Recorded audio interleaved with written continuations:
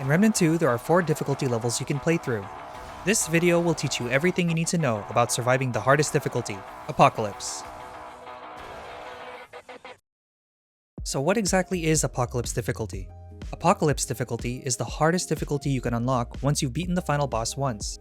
There are 2 unique rewards you can acquire once you beat Apoc difficulty, which are the Repulsor Long Gun and the World's Edge Greatsword. An important thing to know is that Apoc difficulty does not have any new movesets or patterns that are different compared to the other difficulties. The only main difference between the difficulties are the EXP, HP, and damage values of the enemies. Roughly speaking, you can expect everything in Apoc difficulty to hit you 4 times harder. Because everything hits so hard in Apoc, one of the easier ways to beat it is to become incredibly tanky. The goal is to become extremely hard to kill, negating one of the primary reasons Apoc is considered difficult. We can achieve this by stacking damage reduction, with the goal of hitting the DR cap of 80%. Damage reduction, as you may have guessed, reduces the damage you take by a percentage. For example, at 80% DR, if something hits you for 100 damage, you only lose 20 health points. The first step to hitting the DR cap is to equip as much armor as reasonably possible. This is achievable by equipping the head, chest, and legs from the Lido Mark II set. Interestingly, in one of the recent balance updates, the Labyrinth gloves gained a significant buff to armor, beating out the Lido Mark II gloves. If you do not have the Labyrinth gloves, the Lido Mark II gloves work well enough. Just be aware that most of the calculations used in this video use the Lab gloves as an example. Anyways, with all of our armor equipped, we now have 220 armor, which gives us 52.4% damage reduction. Adding on the Engineer's Fortify trait, we can increase our armor value to 330 points, which is 62.3% damage reduction. This will become the foundation of our build. Everything from here on out will be added based on our needs. Understand that at this point, there are multiple ways to hit the DR cap of 80%. However, if you've ever followed other guides that just slap on as much DR as possible, you might find that some boss moves one-shot you anyway. This problem is likely because of 2 reasons. First, a lot of guides that I've seen are overcapping on DR, which is wasteful because it does not meaningfully provide any defensive utility or survivability beyond the cap. Additionally, since many equipment slots were used to buff only DR, your effective HP, or EHP, is not optimized to withstand one-shots. This brings me to my next point. Some boss attacks do obscene amounts of damage, well beyond the amount of HP a player might normally be slotting if they don't consider EHP. For example, let's take our current DR and say we have a base health of 100 HP. EHP can be calculated by dividing our health by the amount of damage percentage we would receive. Our current DR would allow us to receive 37.7% of incoming damage. This gives us the value of 265.25 EHP. This means at full health, the boss would need to deal roughly 266 damage or more to one-shot us. Now let's say we hit the DR cap of 80% with the same HP value. As you can see, reaching the cap significantly raises our EHP, almost doubling how much damage we could take at full health. There are a few ways to further improve our effective HP, but for now let's keep it simple. Now, what would happen if we were to increase our HP, for example using the Vigor trait? Doing the math shows that for every point of extra health we get, our effective HP gets a significant boost, with the most dramatic increase happening at max damage reduction. The point I'm trying to make is, while DR is extremely important to survivability, EHP is equally important. Now that we know that EHP is boosted by DR, let's get back to our goal of hitting the DR cap. Aside from armor DR, there are multiple sources of something called flat DR. Flat DR is additive, which means that all sources of flat DR is added together. For example, if I have 10% DR from bark skin, 5% DR from a relic fragment, and an additional 10% DR from an accessory, we will have a total of 25% flat DR. Your final DR total is multiplicative between flat DR and armor DR. For your reference, I'll leave the total DR formula here. Taking the values from our flat DR and armor DR, we first calculate how much incoming damage we would receive. Then we multiply those values. The product of these values is how much total damage we would take on hit, which is then used to calculate our DR. To fill the remaining gap, we'll use the Crystal Heart relic. On use, it provides 25% flat damage reduction, which is a lot. Once you plug in the numbers, you can see that we reach the DR cap, but exceed it by a tiny bit. This means we can actually free up some trade points from bark skin, depending on our relic fragment selection. If you decide to use the damage reduction fragment, and an accessory that provides 10% DR, we can reduce bark skin by 3 points. And once we use the relic, you'll see that we hit the DR cap perfectly.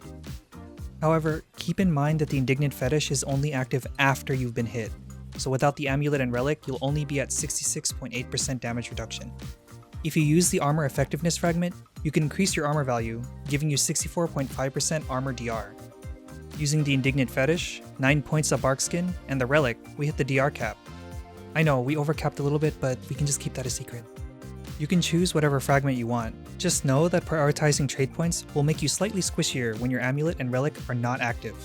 However, when you're fully buffed, you will be equally as tanky no matter what you choose. Now that we can reliably hit the DR cap, it's time we start building for more EHP. To do that, we're going to use the Seal of the Empress and the Dead King's Memento. You might be wondering why we aren't using the Ring of the Robust. While the Ring of the Robust is more trade point efficient, when we're fully buffed, we'll have slightly less EHP compared to the previous two rings. With these two rings, the Health Relic Fragment and the Vigor trait, our total HP will be at 189.8. If we add on Mudtooth's Tonic, we can boost our health to 218.5 HP. With this amount of EHP, you can tank almost every hit in the game. Full disclosure, there are a few things that will still one-shot you in the game. We can adjust the build to tank them, but the point of this video is to give you an overall comfort build for Apoc difficulty. Instead, later on in the video, I'll give you options to bypass these heavy-hitting attacks. You might have noticed that our encumbrance is an issue. There are two ways we can resolve our heavy weight. Our first option is to equip the Bright Steel Ring. This gives us the fastest roll regardless of our weight class. The second option is to use the Twisted Idol Amulet.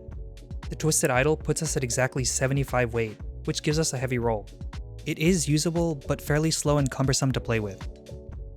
If you decide to use the Twisted Idol, be sure to pair it with the Armor Effectiveness Fragment. Also be sure to max out Bark Skin so you can hit the DR cap on relic usage. Since we aren't using the Bright Steel Ring to manage our roll, we can use the Ring of Robust for more armor and HP. Remember, we can use Mudtooth's Tonic to boost our HP even further. This is the tankiest option I'll provide for you in this video. In my opinion, this amount of EHP is a bit excessive, and I personally find the Bright Steel Ring easier to use. If you feel that you can play with a heavier roll, know that the Twisted Idol makes you much tankier overall compared to the Indignant Fetish and Bright Steel Ring setup. However, remember that the Indignant Fetish gives you a fairly strong damage buff, which helps end fights sooner. You may have noticed that I left a ring slot open. You can use literally whatever you want for this slot. If you have no idea what to put here, I will give recommendations for you to look at toward the end of the video. By now, you should realize that our relic is fairly integral to our build. We need to be able to use it consistently to maintain our DR and keep us alive. All of this is possible when we use the Medic as our prime archetype. The reason we use the Medic is because of its prime perk, Regenerator. Here's how it works. Once we equip the Medic as our main archetype, we get this green little bar which signifies how much HP we need to heal before we get a free relic charge. Keep in mind, Medic allows you to share your healing, which does work on minions. This is thanks to the Medic's Benevolence perk. Additionally, Medic gives us some stagger resistance during relic use. Pretty useful. Medic also comes with some pretty powerful skills. Wellspring is great for additional healing, and Redemption is great if you have friends to play with and want to be a dedicated healer. However, in my opinion, Healing Shield is probably the strongest skill you can pick. This is because of the way the game treats shields. As far as the game is concerned, shields are basically the same thing as HP, albeit temporary. This means your DR has an effect on how much damage your shields can absorb. Remember, Healing Shield gives you 100% of your max HP, which means you basically have twice the amount of health, which skyrockets your EHP.